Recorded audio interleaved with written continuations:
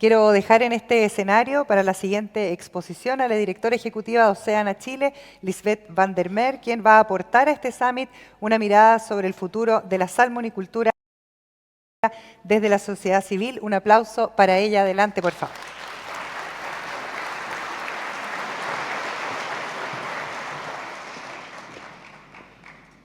Buenos días.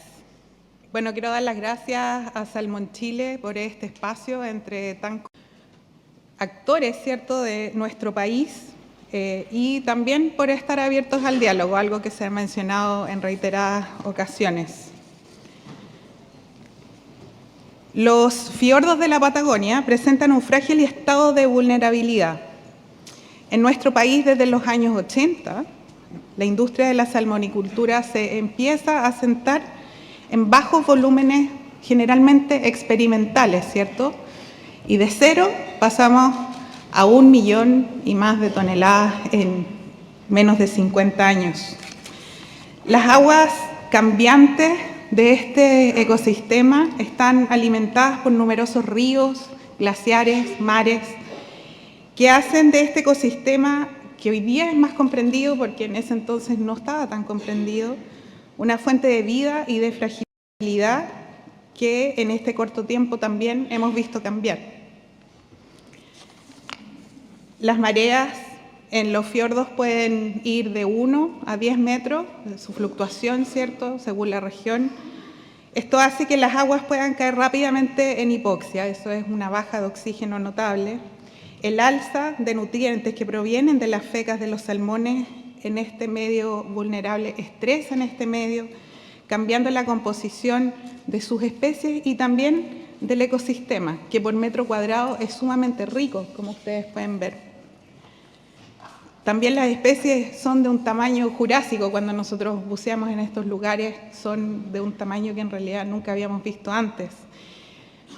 Pero yo no pretendo en esta presentación conmoverlos con la hermosura y la fragilidad de estos ecosistemas, porque yo también entiendo que tenemos visiones distintas. Pero sí espero que se entienda de dónde viene nuestra preocupación, una preocupación genuina por desequilibrar un ecosistema que ha sido modificado irreversiblemente por varias actividades, entre una también está la pesca, ¿cierto?, y también el cambio climático. No hay una actividad industrial que no tenga un impacto irreversible sobre ecosistemas que son muy frágiles, pero hay formas para lograr equilibrar la producción y la conservación de estos espacios que aún nos quedan. Ese equilibrio es lo que nos va a permitir también hablar del futuro, de lo que queremos hablar hoy día, porque la actividad salmonera que hoy día existe también depende intrínsecamente del ecosistema, del oxígeno de las aguas, ¿cierto?, del balance de las especies que existen ahí, del control de las enfermedades, de los brotes de algas, de los nutrientes del agua, en resumen de la estabilidad de esta porción de mar que entre otras funciones también sostiene la actividad salmonera. Mi presentación se titula Miradas desde otra vereda, porque tenemos una visión distinta, pero creo que no opuesta. Ambos queremos mantener algunos espacios necesarios para que exista el futuro, siga existiendo en estas aguas de las Patagonias, y en esta misma foto vemos actividades distintas. Ustedes ven esto, nosotros a veces vemos esto. Y por eso que este tipo de diálogos en donde nos vemos obligados, ¿cierto?, a enfrentar puntos de vista distintos, respetuosamente, son tan importantes. Las certezas deben ser para todos, debemos poner límites, igual como se hizo en la ley de pesca. En la ley de pesca se pusieron cuotas, las cuotas lograron bajar hasta la mitad la extracción en ese momento, y después pesquerías tan importantes como el jurel se han recuperado enormemente. Pero también necesitamos un acuerdo, ¿cierto? Un acuerdo también de una institucionalidad que esté acorde, que tenga el personal capacitado, la dotación necesaria y la infraestructura para lograrlo. Lograr producción y conservación sí se puede, pero tenemos que estar todos claros dónde están esos límites.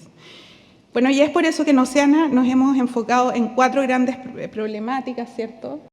Hace muchos años, 10 años que estamos en Chile trabajando en esto.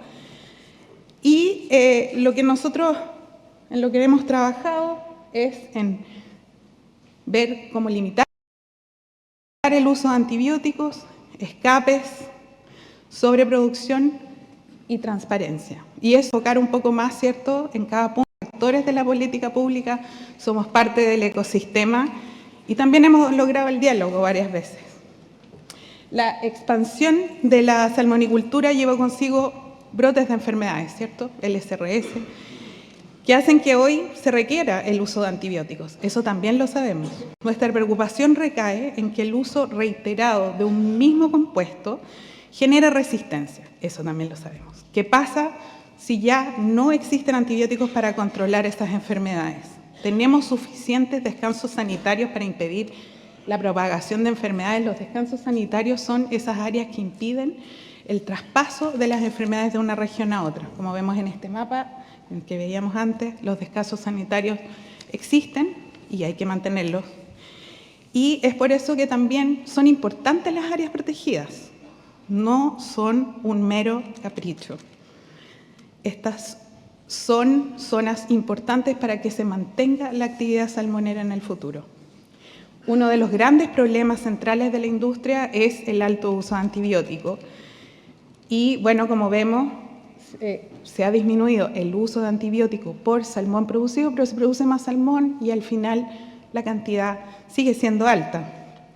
Esto lo que hace, ¿cierto?, es facilitar la aparición de bacterias susceptibles, afecta la microbiota de los peces y también facilita la diseminación de patógenos hacia otras especies.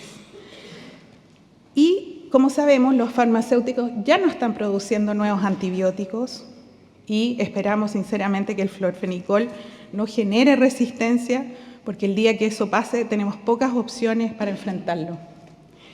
Esto además afecta directamente la competitividad de los mercados del salmón y cómo nos vemos desde afuera, afectando la decisión de los mercados de exportación. El segundo problema que hemos abarcado son los escapes.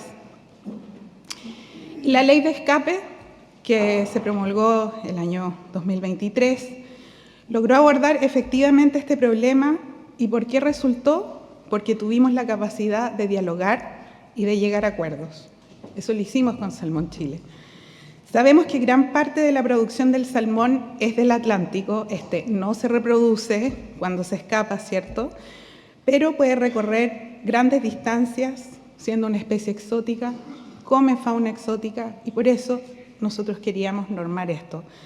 Distinto es el caso del soca y el cojo, que ya colonizaron los ríos, y eso también hay que controlarlo, ¿cierto? Por lo mismo, la política pública, cuando se trabaja en conjunto, puede solucionar los problemas de hoy. Esto es lo que hay que replicar y lo que debemos hacer. Pero siempre se preguntan ¿por qué más restricciones? ¿Por qué más leyes? Bueno, esta política pública específicamente nació porque el año 2018 hubo un escape de 700.000 salmones de la empresa que antes se llamaba Mowi, y fueron sancionados con 6.500 millones de pesos. Esa fue la sanción más grande de la historia que se le ha otorgado a una empresa. Sin embargo, después fueron al Tribunal Constitucional, que había una inconstitucionalidad en la forma, y esa multa nunca se cursó. Entonces, necesitamos más leyes. La sobreproducción es el otro tema. Entre el 2021 y el 2022, sobreproducciones de kilos, que equivalen a 685 millones de dólares si lo ponemos en monetario, pensando que 9,2. Hay que sacarle los costos, obviamente, que significa producir. Pero hoy día existen más de 70 procesos sancionatorios, ¿cierto?, de sobreproducción iniciados por la Superintendencia de Medio Ambiente entre el año 2021 y el 2023, y hasta el día de hoy ninguna empresa ha sido formalmente sancionada porque todas han presentado planes de cumplimiento. y ahí se borra la multa, ¿cierto? Entonces, la conclusión puede ser, bueno, sobreproduzco y no tengo que pagar la multa porque presento. La sobreproducción obviamente lo que hace es sobrecargar el ecosistema, pero también estamos yendo por sobre...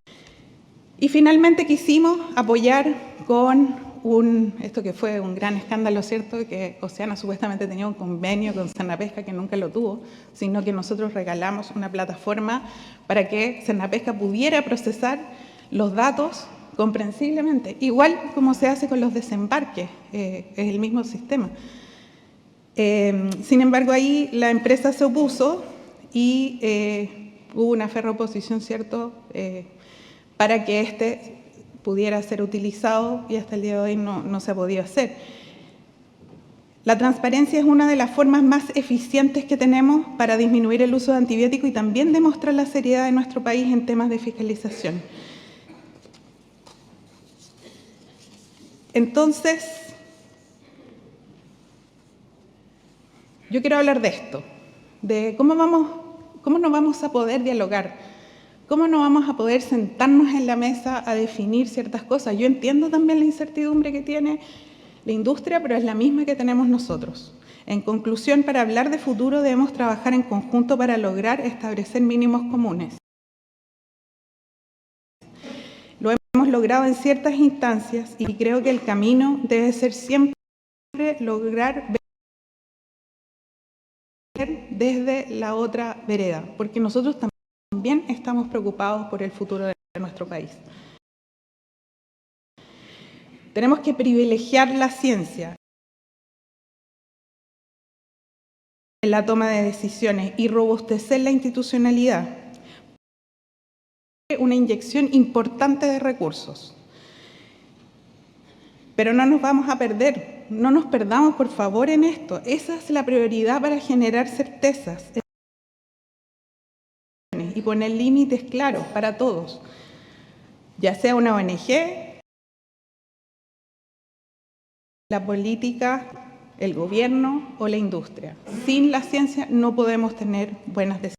De eso depende que las dos visiones tengan futuro y no lamentamos en el camino el no haber logrado escucharnos. Que el desarrollo vaya de la mano del cuidado del medio ambiente. Dejar algunos lugares bajo la figura de conservación es esencial y también otros para la producción. Tratemos de lograr un equilibrio, que de eso depende la vida de muchas especies, pero también del desarrollo de nuestro país. Un desarrollo que vaya de la mano de los mínimos comunes que nosotros mismos podamos establecer en la política, en la sociedad y en el medio ambiente. Muchas gracias.